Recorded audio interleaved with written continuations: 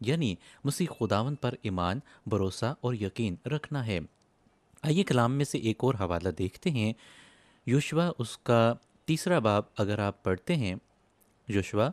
اس کا تیسرا باب اور اس کی پہلی آیت سے اگر ہم پڑھیں تو یہاں پر بڑی خوبصورتی کے ساتھ بیان کیا گیا ہے۔ تب یشوا صبح سویرے اٹھا اور وہ اور سب بنی اسرائیل شتیم سے کوچ کر کے یردن پر آئے اور پار اترنے سے پہلے وہیں ٹکے، اور 3 دن کے بعد منصبدار لشکر کے بیچ سے ہو کر گزرے، اور انہوں نے لوگوں کو حکم دیا کہ جب تم خداوند اپنے خدا کے عہد کے صندوق کو دیکھو اور کاہن اور لاوی اسے اٹھائے ہوئے ہوں تو تم اپنی جگہ سے اٹھ کر اس کے پیچھے پیچھے چلنا۔ میرے عزیزو، یہ وہ حوالہ ہے جس میں وہ بیان کر رہا ہے کہ عہد کا صندوق جو ہے وہ لے کر جایا جا رہا ہے، اور یہ یردن کے پاس واقع ہو رہا ہے، یعنی اس دریا کے پار جہاں سے اسرائیل نے کوچ کیا۔ میرے عزیزو، اگر آپ اسرائیل کا نقشہ دیکھیں اس دور میں، تو یہاں پر سب سے پہلے آپ کو گلیل کا سمندر دیکھنے کو ملتا ہے، جو کہ زندگی سے بھرپور ہے۔ یہاں پر انواع و اقسام کی مچھلیاں موجود ہیں، اور یہاں پر بہت سے مچھیرے روزانہ ہزاروں کی تعداد میں مچھلیاں پکڑتے ہیں اور ان کو بیچ کر اپنا اور دوسروں کا پیٹ بھرتے ہیں۔ اب یہاں سے اگر آپ نیچے کو آتے جائیں نقشے میں، تو نقشے میں اس کے بعد دریائے یردن آتا ہے۔ اس کے بعد اگر آپ اور نقشے میں نیچے کو آئیں تو آخر کار یہ نقشہ بحیرہ مردار پر آ کر ختم ہو جاتا ہے۔ میرے عزیزو، یہ نقشہ زندگی سے شروع ہوتا ہے، یعنی ایسے سمندر سے جہاں پر زندگی کی بھرمار ہے، اور پھر یہ نقشہ درمیان سے دریائے یردن پر آتا ہے، جہاں پر اسرائیل نے اس کو پار کیا، اور یوشوا جس کا کہ حوالہ ہم نے پڑھا وہ اپنے لشکر کے ساتھ اس کو پار کرنے والا ہے، اور اسی مقام پر یعنی یردن کے مقام پر موجود ہے تاکہ یہاں سے اس کو وہ پار کرے، اور صندوق شہادت جو کہ ان کے پاس موجود ہے ان کو لے کر یہاں سے گزرے، اور وہ زمین جو کہ وعدہ کی ہوئی سرزمین ہے اس میں تمام اسرائیل کو لے کر جائے۔ عزیزو، یہاں پر ایک بہت ہی اہم نقطہ یہ ہے کہ جلیل کے سمندر میں بہت زیادہ مچھلیوں کی بھرپوری ہے، یعنی کہ وہاں پر زندگی کی بھرپوری ہے، اور اس کے بعد دریائے یردن آتا ہے، اور اس کے بعد یہی پانی دریائے یردن میں سے ہوتا ہوا بحیرہ مردار میں آ گرتا ہے، جہاں پر زندگی کا کوئی نام و نشان تک نہیں ہے۔ اسی لیے اس دریا کو بحیرہ مردار کہا جاتا ہے، کیونکہ اس میں زمین کے اتنے سارے نمکیات موجود ہیں کہ ان نمکیات کی موجودگی میں یہاں پر کسی بھی قسم کی مچھلی کا یا سمندری مخلوق کا زندہ رہنا ممکن نہیں ہے، اور اسی وجہ سے، اسی مناسبت سے اس کو بحیرہ مردار کہا جاتا ہے، اور اس کا پانی آگے دوسرے سمندروں میں جا گرتا ہے، جہاں پر زندگی پھر سے پنپنے لگتی ہے، زندگی پھر آن موجود ہوتی ہے۔ آپ نقشے میں ایک مرتبہ پھر دیکھ سکتے ہیں کہ یہاں پر اوپر جلیل کا سمندر ہے، اس کے بعد دریائے یردن آتا ہے، اور یہی پانی آگے چلتا چلتا چلتا چلتا بحیرہ مردار میں آ گرتا ہے، جہاں پر زندگی کا کوئی نام و نشان نہیں ہے۔ یعنی اگر ہم نے زندگی پانی ہے، ہم نے زندہ رہنا ہے، تو ہمیں زندگی کے پانی میں رہنا ہوگا۔ اگر ہم زندگی کے پانی سے ہٹ جاتے ہیں تو پھر ہم موت کے پانی میں آ جاتے ہیں، یعنی کہ بحیرہ مردار جیسے پانی میں آ جاتے ہیں، جہاں پر صرف اور صرف موت ہے، زندگی بالکل بھی نہیں ہے۔ اگر ہم خدا کے فضل میں قائم اور خدا کے فضل میں چلتے ہیں تو پھر ہم زندگی میں چلتے ہیں اور ہمیشہ کی زندگی کے وارث بنتے ہیں، لیکن اگر ہم اس فضل سے دور ہو جاتے ہیں اور اس فضل سے نکل کر کسی اور سمت میں بڑھنا شروع ہو جاتے ہیں تو پھر ہمارا ایسا ہی حال ہوتا ہے اس پانی جیسا جو کہ جلیل کے سمندر سے نکل کر بحیرہ مردار میں آ گرتا ہے، اور یہاں پر اس میں کسی قسم کی کوئی زندگی باقی نہیں رہتی، صرف اور صرف نمکیات اور نمکیات ہی باقی رہ جاتے ہیں جو کسی قسم کی زندگی کو اپنے اندر پنپنے کی اجازت نہیں دیتے۔ میرے عزیزو، یوشوا جو کہ موسیٰ کے ساتھ تھا، موسیٰ اس کو مقرر کرتا ہے اور پہاڑ پر سے اس کو وعدہ کی ہوئی سرزمین دکھاتا ہے، اور موسیٰ اب اسرائیل کو دریائے یردن کو پار کروانا چاہتا ہے، اور وہ دریائے یردن کے کنارے پر ہیں اور عہد کا صندوق ان کے پاس ہے۔ اور یہ اسرائیلی جو اس وقت وہاں پر موجود تھے، ان کی تعداد 20 لاکھ کے قریب تھی، اور ان کے مال مویشی ان کے ہمراہ موجود تھے،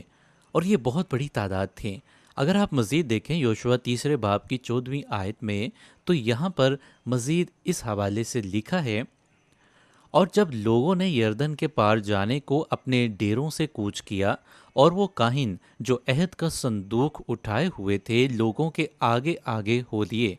اور جب عہد کے صندوق کے اٹھانے والے یردن پر پہنچے، اور ان کاہنوں کے پاؤں جو صندوق کو اٹھائے ہوئے تھے کنارے کے پانی میں ڈوب گئے، کیونکہ فصل کے تمام ایام میں یردن کا پانی چاروں طرف اپنے کناروں سے اوپر چڑھ کر بہا کرتا ہے، تو جو پانی اوپر سے آتا تھا وہ خوب دور ادم کے پاس جو زرتان کے برابر ایک شہر ہے رک کر ایک ڈیر ہو گیا۔ میرے عزیزو، آپ دیکھتے ہیں کہ عہد کا صندوق جب دریائے یردن کے بالکل کنارے پر لے کر آیا جاتا ہے، اور وہ کاہن جنہوں نے اس صندوق کو اٹھایا ہوا تھا، جب ان کے پاؤں دریائے یردن کے پانی کو چھوتے ہیں تو پانی پیچھے رک جاتا ہے، زرتان کے برابر جو کہ ایک شہر ہے دور، وہیں پر پانی ایک ڈھیر کی طرح رک جاتا ہے، ایک دیوار بن جاتا ہے، اور راستہ بن جاتا ہے ان کے لیے کہ وہ دریا کو پار کر سکیں۔ یہ خدا کا بڑا ہی خاص فضل تھا جو اس نے اپنی قوم بنی اسرائیل پر کیا، اور خداوند خدا اپنے صندوق کی شہادت کو حفاظت کے ساتھ ان لوگوں کی موجودگی میں ان کاہنوں کے ساتھ وہاں سے لے کر آگے کو بڑھتا ہے۔ پریز دا لارڈ۔ میرے عزیزو، یہاں پر جو قابل غور بات ہے وہ یہ ہے کہ جب موسیٰ کے ساتھ بنی اسرائیل نے دریا کو پار کیا، تب موسیٰ نے اپنا عصا بلند کیا اور خداوند کے حکم سے اسے دریا میں مارا، تو وہ 2 ٹکڑے ہو گیا، اور بیچ میں سے بنی اسرائیل نے اس کو پار کیا۔ لیکن اس بار یوشوا جب بنی اسرائیل کو لے کر دریا کو پار کرنے کو ہے، تو اس بار لوگ سوچتے ہیں، اسرائیلی سوچتے ہیں کہ اب خدا ان کو یوشوا کے وسیلے سے کیا حکم دے گا جس سے کہ وہ اس دریا کو پار کر پائیں گے۔ اور اس بار خدا یوشوا کو ایک مختلف حکم دیتا ہے، اور یوشوا سے مخاطب ہو کر اس کو کہتا ہے کہ وہ کاہن جنہوں نے صندوق کی شہادت اٹھایا ہوا ہے، وہ صندوق کو اٹھائیں اور پانی میں اتریں۔ اور یہی حکم یشوا کو ملتا ہے، اور وہ ان کاہنوں کو جنہوں نے صندوق کی شہادت کو اٹھایا ہوتا ہے، وہ اس کو اٹھاتے ہیں اور پھر پانی میں اترتے ہیں، اور جیسے ہی ان کے پاؤں بحیرہ یردن کے پانی کو چھوتے ہیں، وہ پانی اس سے پچھلے مقام پر رک جاتا ہے۔ میرے عزیزو، صندوق شہادت میں وہ قانون پڑے ہوتے ہیں جو کہ خدا موسیٰ کو بنی اسرائیل کے لیے دیتا ہے۔ یہ صندوق شہادت بنی اسرائیل کے لیے بہت اہمیت کا حامل ہوتا ہے، کیونکہ خدا اپنا قانون اس صندوق میں موسیٰ کے ذریعے لکھوا کر رکھواتا ہے، اور یہ صندوق بڑے ہی خاص انداز میں بنایا جاتا ہے۔ اس صندوق کو بڑے خاص طریقے سے سونے کی پرتوں میں لپیٹا جاتا ہے۔ اور میں آپ کو ایک بات بتاؤں کہ پرانا عہد نامہ دراصل پیشن گوئیاں بیان کرتا ہے مسیح خداوند کے حوالے سے، اور نئے عہد نامے میں مسیح خداوند ان تمام پیشن گوئیوں پر پورا اترتے دکھائی دیتے ہیں۔ دراصل یہ صندوق شہادت جو ہے، جیسا کہ میں نے بتایا، یہ سونے کی پرت میں ہوتا ہے، اور باہر سے بھی اور اندر سے بھی اس پر سونے کا کور چڑھا ہوتا ہے۔ اور اس میں جو قانون ہے جو موسیٰ نے لکھا خدا کی رہنمائی سے، دراصل مسیح خداوند کا قانون بھی ویسا ہی، اور مسیح خداوند اس قانون کو پورا کرتے نئے عہد نامے میں دکھائی دیتے ہیں۔ میرے عزیزو، اس صندوق کو اتنی تحفظ کے ساتھ، اتنی حفاظت کے ساتھ لے جایا جانا واجب تھا، کیونکہ یہ خدا کے قوانین کا گہوارہ تھا، اور اس صندوق کی تعظیم سب بنی اسرائیل پر لازم تھی اور اسے بڑی تعظیم کے ساتھ سب سے پہلے، یعنی تمام بنی اسرائیل سے پہلے ہارون صندوق شہادت کو دریائے یردن میں اتارتا ہے۔ کاہن اس کو لے کر دریائے یردن کے کنارے پر آتے ہیں اور یوشوا تمام بنی اسرائیل کو حکم دیتا ہے کہ جب جب یہ صندوق آپ کے پاس سے گزرے تب تب آپ نے اس صندوق کے پیچھے پیچھے ہو لینا ہے۔ اور تمام بنی اسرائیل جو کہ یوشوا کی رہنمائی میں چل رہے تھے، انہوں نے ویسا ہی کیا جیسا کہ یوشوا نے ان کو حکم دیا، اور یوشوا نے خدا کے حکم کے مطابق ان کو رہنمائی عطا فرمائی، اور اس نقشے میں ہم اس کو دیکھ سکتے ہیں۔ دراصل میرے عزیزو، صندوق کی شہادت اسرائیلیوں کے لیے نہایت ہی معتبر اور اہمیت کا حامل تھا، کیونکہ موسیٰ نے جب پہلی مرتبہ پتھر کی دو لوحوں پر خدا کے احکامات لکھے اور وہ واپس نیچے اترتا ہے، اور جب اس نے دیکھا کہ اسرائیل نے خدا سے منہ موڑ لیا ہے تو اس نے غصے میں آ کر ان کو توڑ ڈالا۔ اور پھر استثنا کی کتاب میں ہم دیکھتے ہیں کہ خدا نے اس وقت اس سے کہا کہ تو پہلی جیسی پتھر کی دو تختیوں کی مانند دو اور بنا اور ان میں وہ تمام قوانین لکھ جو میں نے تجھے بتائے ہیں۔ اور پھر موسیٰ ان تختیوں کو دوبارہ سے بناتا ہے اور خدا کے حکم کے مطابق ان تختیوں کو جو وہ لکھتا ہے ان کو ایک صندوق میں رکھتا ہے جس کے بارے میں خدا نے اس کو حکم دیا تھا، اور دراصل یہی وہ صندوق ہے جو کہ صندوق شہادت یا عہد کا صندوق کہلاتا ہے۔ اگر آپ استثنا اس کے 10ویں باب کی پہلی آیت میں دیکھیں تو وہاں پر لکھا ہے، اس وقت خداوند نے مجھ سے کہا کہ پہلی لوحوں کی مانند پتھر کی دو اور لوہیں تراش لے اور میرے پاس پہاڑ پر آ جا اور ایک چوبی صندوق بھی بنا لے، اور جو باتیں پہلی لوحوں پر جن کو تو نے توڑ ڈالا لکھی تھیں وہی میں ان لوحوں پر بھی لکھ دوں گا، پھر تو ان کو اس صندوق میں دھر دینا۔ اور پھر موسیٰ خدا کی رہنمائی میں شریعت لکھتا ہے اور یہ شریعت وہ عہد کے صندوق کے پاس رکھ دیتا ہے۔ میرے عزیزو، یہ عہد کا صندوق بنی اسرائیل کے لیے بہت اہمیت کا حامل تھا، اور اس کی حفاظت، اس کا تحفظ ان پر ہر طرح سے واجب تھا، اور خداوند خدا خود اپنے فرشتوں سے اس صندوق کی حفاظت کرتا ہے۔ کلام خدا میں لکھا ہے جب موسیٰ یہ صندوق جو کہ اس نے بنایا لے کر خداوند کے پاس جاتا ہے تو خداوند خدا اس صندوق کو مکمل سونے کے ساتھ لپیٹتا ہے، اور اس کے اوپر والی سائڈ پر خداوند دو فرشتوں کو بناتا ہے، اور وہ دو فرشتے اس طرح سے ہوتے ہیں کہ وہ اس صندوق پر جھکے ہوتے ہیں اور ان کے پر اوپر کی جانب اٹھے ہوتے ہیں، اور یہی فرشتے دراصل اس لیے بنائے جاتے ہیں کہ یہ عہد صندوق کی، یعنی کہ اس شہادت کے صندوق کی حفاظت کرتے ہیں۔ میرے عزیزو، عہد کا صندوق جو ہے اس کے بارے میں ہمیں خروج کی کتاب اس کے 25ویں باب میں بھی ملتا ہے، جہاں پر لکھا ہے کہ اور وہ کیکر کی لکڑی کا ایک صندوق بنائیں جس کی لمبائی 2.5 ہاتھ اور چوڑائی 1.5 ہاتھ اور اونچائی 1.5 ہاتھ ہو، اور تو اس کے اندر اور باہر خالص سونا منڈھنا، اور اس کے اوپر گردا گرد ایک زرین تاج بنانا، اور اس کے لیے سونے کے 4 کڑے ڈال کر اس کے چاروں پایوں میں لگانا، 2 کڑے ایک طرف ہوں اور 2 ہی دوسری طرف، اور کیکر کی لکڑی کی چوبیں بنا کر ان پر سونا منڈنا،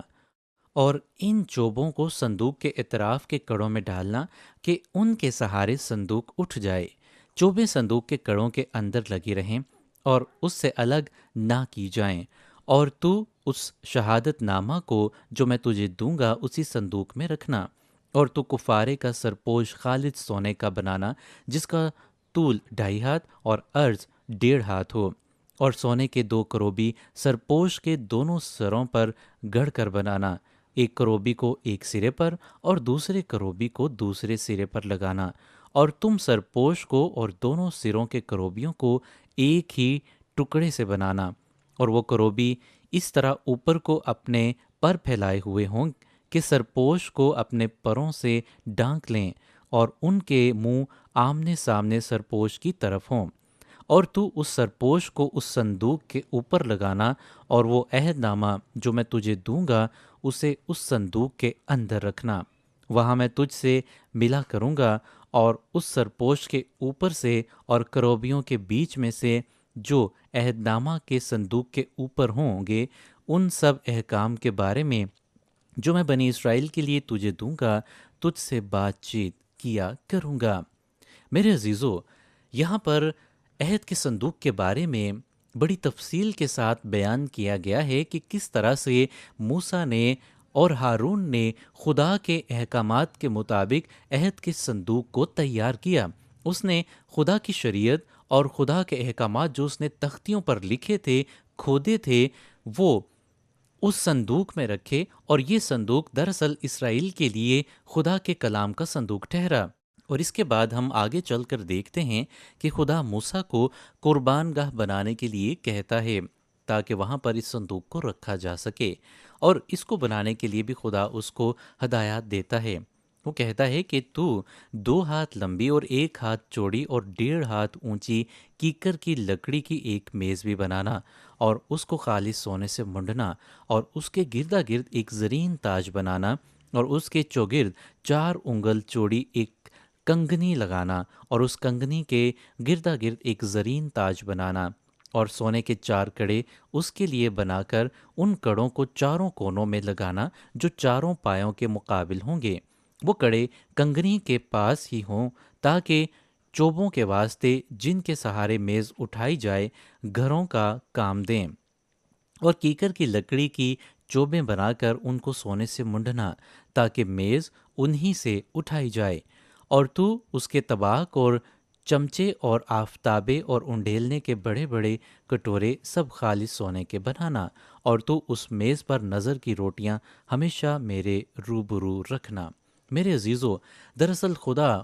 اپنے ہر کام کے لیے ایک بڑے ہی خاص انداز میں موسیٰ کو بیان کر رہا ہے کہ کیا کرے، کیونکہ خداوند خدا ترتیب کا خدا ہے۔ وہ ہر بات میں، ہر کام میں ترتیب پسند کرتا ہے، اور یہی وجہ ہے کہ دنیا کی تخلیق سے لے کر آج تک اس نے ہر کام ایک بڑے ہی سلیقے اور ترتیب کے ساتھ انجام دیا ہے۔ ایسا نہیں ہے کہ خدا ایک دم سے کوئی کام کہے اور ایک دم سے پہلے والے کیے ہوئے کاموں کی نسبت کوئی نیا کام ان کے بالکل برعکس کر دے، بلکہ خدا جو کہتا ہے ہمیشہ اٹل ہوتا ہے، اور وہی کام آخر تک ویسے کا ویسے ہی انجام پاتا ہے جیسا کہ خدا پہلے بیان کرتا ہے۔ میرے عزیزو، صندوق کے شہادت کی جو پوزیشن اسرائیل کے قبیلوں کے درمیان تھی، وہ بالکل اسرائیل کے تمام قبیلوں کے درمیان میں تھی، یعنی صندوق کی شہادت درمیان میں ہے، اور 3 قبیلے اس کے مشرق کی طرف، 3 قبیلے اس کے مغرب کی طرف، 3 قبیلے اس کے جنوب، اور 3 ہی قبیلے شمال کی طرف ہوتے تھے۔ اور اگر آپ ایک سیٹلائٹ سے اس زمانے میں اس پوزیشن کا ویو دیکھتے، اس پوزیشن کو سیٹلائٹ سے دیکھتے، تو دراصل یہ بالکل خداوند یسوع مسیح کی تشبیہ پیش کرتی ہے، کیونکہ بیچوں بیچ عہد کا صندوق ہے، اور 3 قبیلے چاروں سمت میں ہیں، اور یہ بالکل ایک صلیب کا نشان بناتے ہیں۔ یعنی اس زمانے میں خدا نے عہد کے صندوق میں اسرائیل کے قبیلوں کے ساتھ صلیب کا نشان بنایا، اور جہاں پر بھی یہ ڈیرے ڈالتے تھے، اسرائیلیوں کی 40 سال تک یہی ترتیب رہتی تھی کہ وہ عہد کا صندوق بیچ میں رکھتے تھے، اور 3 قبیلے اس صندوق کے چاروں طرف ڈیرے ڈالتے تھے، اس کی حفاظت کے لیے، اس کے تحفظ کے لیے، کیونکہ خدا کا خیمہ ان سب کے بیچوں بیچ موجود ہوتا تھا جہاں پر یہ صندوق رکھا جاتا تھا، اور کسی کو بھی اس صندوق کے پاس جانے کی اجازت نہیں ہوتی تھی، بلکہ لاوی جو کہ عہد کے صندوق کو اٹھاتے تھے وہی اس کو اٹھاتے تھے، اور وہی اس کو لے کر چلتے تھے، اور نقشے کے مطابق جو کہ ہم دیکھتے ہیں، اسی نقشے میں وہ دریائے یردن کو، صندوق کو اٹھا کر پار کرتے ہوئے ہمیں کلام میں بتائے گئے ہیں۔ اس کے علاوہ ہارون عہد کے صندوق کے پاس جاتا تھا اور خدا سے دعا کرتا تھا، اور اس سے پہلے موسیٰ اس قابل تھا، خدا نے اس کو یہ شرف بخشا تھا کہ وہ عہد کے صندوق کے پاس جا کر خدا سے مدد مانگتا اور دعا کرتا تھا۔ کلام میں ہم مزید اسی حوالے میں آگے بڑھتے ہیں۔ یوشوا 3 باب کی اگر ہم 15ویں آیت دیکھیں تو وہاں پر لکھا ہے، اور جب عہد کے صندوق کے اٹھانے والے یردن پر پہنچے، اور ان کاہنوں کے پاؤں جو صندوق کو اٹھائے ہوئے تھے کنارے کے پانی میں ڈوب گئے، کیونکہ فصل کے تمام ایام میں یردن کا پانی چاروں طرف اپنے کناروں سے اوپر چڑھ کر بہا کرتا ہے، تو جو پانی اوپر سے آتا تھا وہ خوب دور ادم کے پاس جو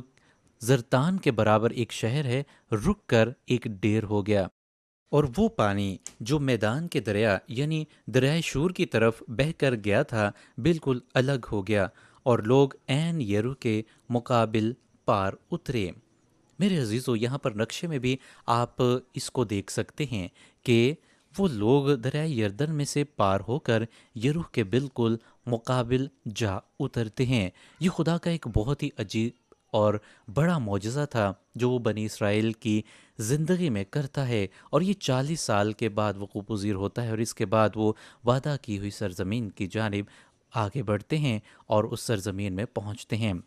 میرے عزیزو، نئے عہد نامے میں اگر ہم دیکھتے ہیں تو خداوند یسوع مسیح دراصل وہ زندگی کا پانی ہے جس کو پی کر ہم ہمیشہ کی زندگی حاصل کرتے ہیں۔ پرانے عہد نامے میں جتنی بھی پیشن گوئیاں کی گئی ہیں وہ نئے عہد نامے میں آ کر مسیح خداوند پر پوری اترتی ہیں، اور اس حوالے میں جو کہ ابھی ابھی ہم نے پڑھا ہے، اس میں بیان کیا گیا ہے کہ جیسے ہی ان کاہنوں کے پاؤں دریائے یردن کے پانی کو چھوتے ہیں تو وہ پانی ایک دم سے رک جاتا ہے، اور جو پانی دریائے شور کی طرف بہتا ہے وہ الگ ہو کر بہنے لگتا ہے، اور پانی جو کہ ان کی طرف آ رہا ہوتا ہے وہ دور ادم کے پاس زرتان کے مقام پر رک جاتا ہے۔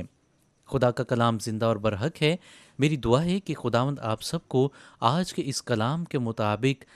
زندگی گزارنے کی توفیق عطا فرمائے، اور آپ خدا کے فضل سے ہمیشہ معمور اور بھرپور رہیں، مسیح ہمارے خداوند کے وسیلے سے، آمین۔